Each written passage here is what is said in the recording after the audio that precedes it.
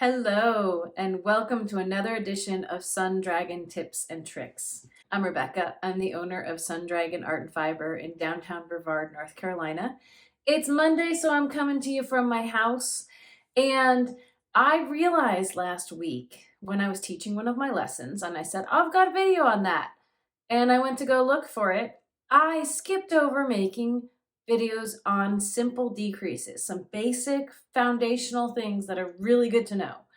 And decreasing is when you take two stitches and they become one. And depending on which stitch is in front when you do that, can make the stitch lean in different directions.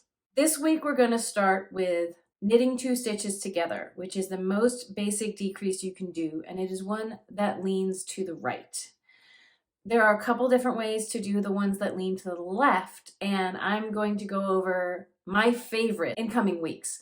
But you will find that different patterns will do the other decrease different ways. The simplest decrease you can do is knit two together, and it leans a certain way.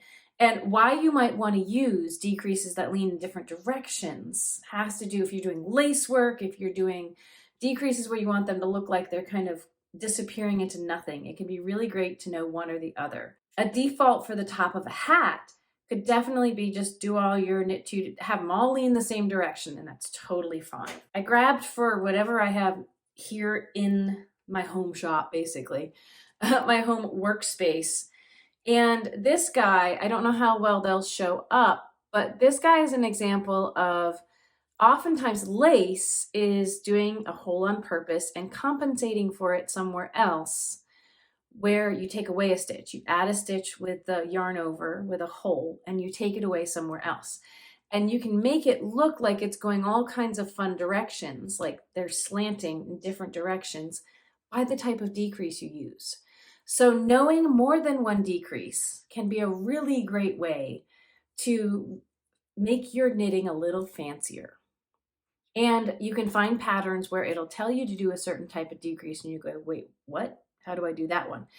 You can always supplement a knit two together for any decrease you find in a pattern, but it may not look the same if you change it.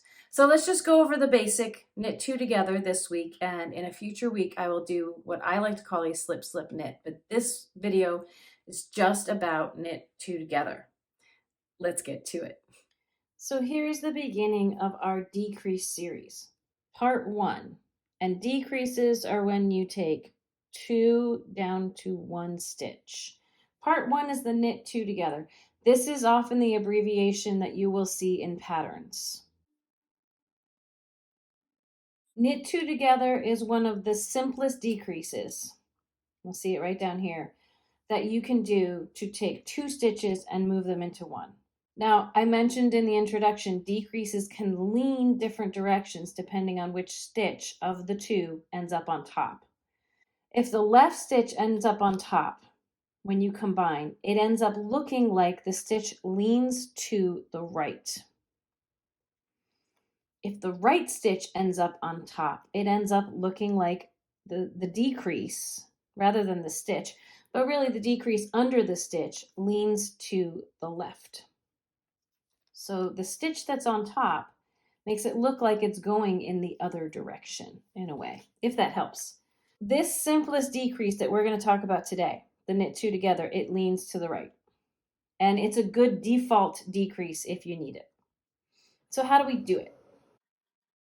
Here are my basic instructions. And for some people, this may be common sense and logical. And for some people, it might be, okay, this explains a lot. Either way, I think it's going to help. Your right needle, which I like to call the working needle, the one that's going to push in and do all the work, needs to start two stitches in from your tip. Two stitches in. We'll take a look at the pictures in just a second. You're pushing, with a single stitch, you're pushing in only through one strand. With this knit two together, you push, I call it front to back often. You push front to back. You want to catch the front of both of those stitches. So the setup is different. The setup is different. Instead of just catching one strand, you're catching two strands. Everything else is just like when you're knitting only a single stitch. You're going to wrap the yarn around the right needle and between both needles. You're going to pull that wrap to the front, and you're going to slide both of the stitches that you have been working with off your left needle. So let's see what that looks like in pictures before we see what it looks like with yarn. All right, here we go with the pictures. So this is the setup before we start a stitch right here. I've knit one stitch. I want to go and knit two together. Now normally I would just come right here between the first and second stitch and stick my needle in there. For this kind of decrease, for the knit two together, you have to come here. You have to come all the way over to the left of your second stitch that is on your left needle. The tip of this needle is going to come all the way over here. Let's color code these so we can start to keep straight what is happening further below. All right, I've made our first stitch blue, our second stitch orange. Like we're going in between the orange and the purple. Purple's really, we're not gonna mess with him. We just wanna know where he is. And our working yarn I have made green so we can keep track of them too. The extra stitches here, don't really need to color them in. They're gonna be on the edges. So again, the needle tip, we're gonna take him all the way over here and push front to back underneath them, catching the front strands of these guys. This is our step one. Here's step two. Once you've brought your needle over there and pushed through, here's what it's gonna look like. Both stitches will be caught up in all of this because we've caught the front side. The front side of both stitches has now been pulled over here. Let's color code it. We have not only the blue stitch caught up on both needles, we also have the orange stitch. When you've pushed in and have them crossed, it will look like this. I should have a disclaimer. I always draw these pictures for English style knitting, which is where the yarn, the tension is being held over in your right hand. If I have time today, I'll show it both ways, English and continental. The pictures are being drawn for an English style knitter. Just for reference, that third stitch is not involved. He's hanging out there. You went between the second and the third to start, but he's just hanging out there. So what's happened in step two is push front to back through the front part of both of those stitches. The arrow that is the motion for what's going to happen next, again, for English style knitters, we need to bring the working yarn around the back side of the right needle and between the needles. It really wraps counterclockwise around your right needle, just the same as it would for a regular knit stitch. Everything after here follows a lot of the motions of a regular knit stitch. What that will look like is right over here. This is step three. Once you've done it, and by it I mean wrap the yarn. Once you've wrapped the working yarn around the right needle, here's what it looks like. So again, remember we've got our first stitch, our second stitch from the left needle, both caught up here. And the working yarn has now completed its wraparound. The next step is pulling this needle and the wrap back under to the front. I call it backing out the way you came in. Step four is pulling that wrap through everything you've pushed through. And once you've done it, it will look like this. So here we have pulled this working yarn through, but we still have those two loops on the left needle. Now the end step, now that we've secured everything in place, is that both of these stitches can now be knocked off your left needle. And when you do that, that's going to look like the stitch down here. This is also what it will look like when you're done with the decrease. That second stitch will be on top and it will be leaning in that direction. This is often a good way to read your stitches. If you're not sure where a decrease is, look for where two columns of stitches have merged into one. And for what we were looking up top from where we started, these strands up here, what that has become down here, we have the new stitch that is hanging out on our right needle. That first blue stitch is right under here. Kind of looks like it's trapped underneath that second orange stitch. That is what they will look like. And your purple stitch is still over here, waiting to either be knit or to be knit together with the next stitch. Who knows? That is what they will look like. 2 columns of V's combining under one stitch. Let's go see what it looks like with real yarn. So here's my sample with all my little V's there. And I've started by knitting a couple of stitches. And let's see what it looks like. A normal knit stitch, let's do 1 or 2 more normal knit stitches. A normal knit stitch, we come between the first and second stitch here, and we push through under the front part of the strand, front to back, wrap around in between, pull that wrap back to the front and slide off.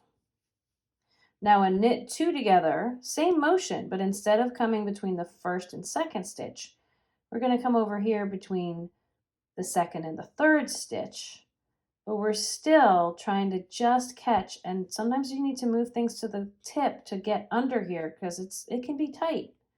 The closer you are to the tips, the more control you have, especially if your fingers are here.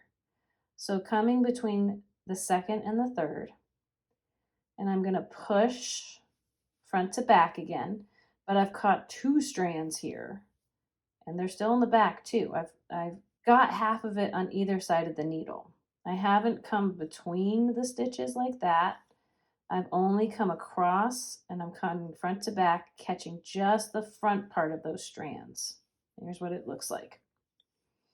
Everything else is as much the same as a regular knit stitch as you can. I always tell people, if you keep your tips crossed, keep your needles really crossed at like a 90-degree angle, you have a lot more control to know what's going on. So we wrap around in between that back needle, the right needle, just like we did before. And we're going to back it out the way we came in, just like before. Nice and easy through the center there.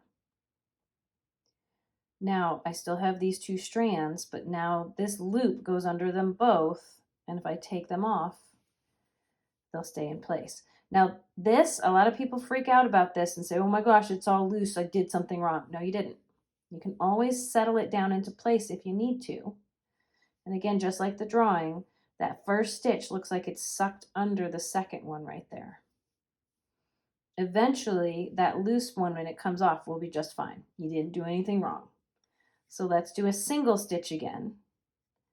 Come between the first and the second for a single stitch, push front to back under just 1, wrap around, pull that wrap around back to the front, and slide that loop off. Now for knitting 2 together, move over another one. You want 2 stitches to be on the right side of your right needle tip, and you want to push, it's pushing through the center is another way to think about it if it helps. Pushing front to back, you're catching the front side of both of those strands, wrap around in between, pull back to the front just like you would with a knit stitch. You've caught 2 strands now through the center, and slide them both off. And remember, if that's super loose, give it a tug if you need to feel a little bit better. If we take a look back at this, we have 2 columns of knit stitches that disappear into one single loop on top. Same thing right here. 2 columns of knit stitches disappear into one. Here's a single column that leads straight up to one loop, and the same over here, 1, 2, 3.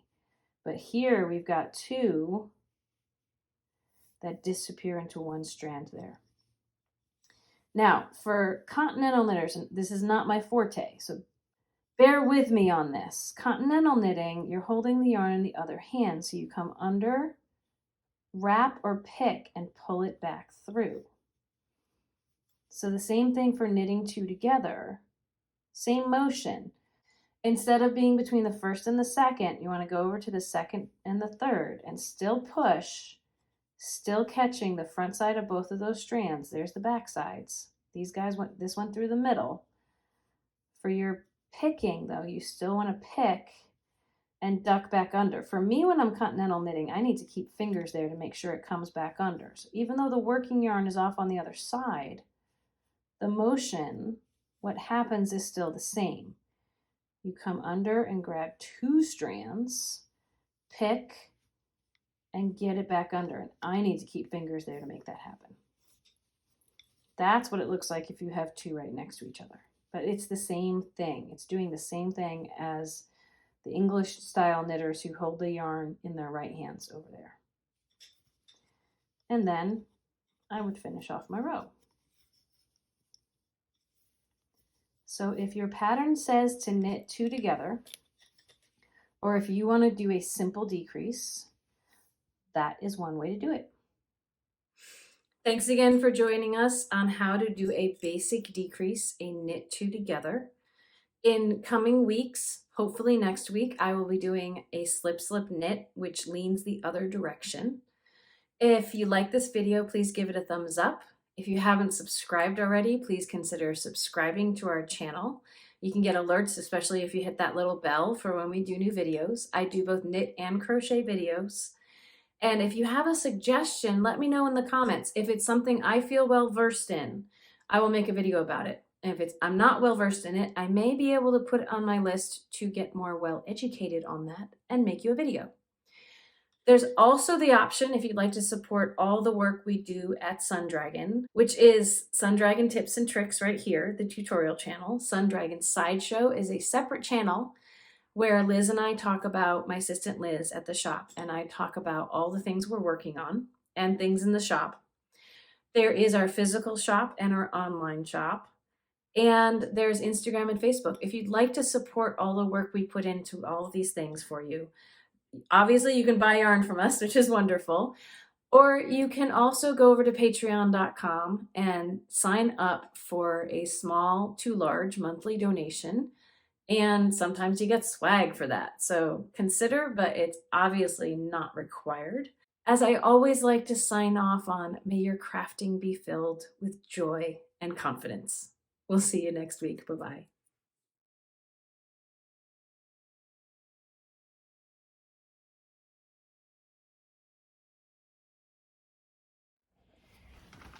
There's my baby. Is yarn comfortable? Yes, it is, huh? Yes, it is.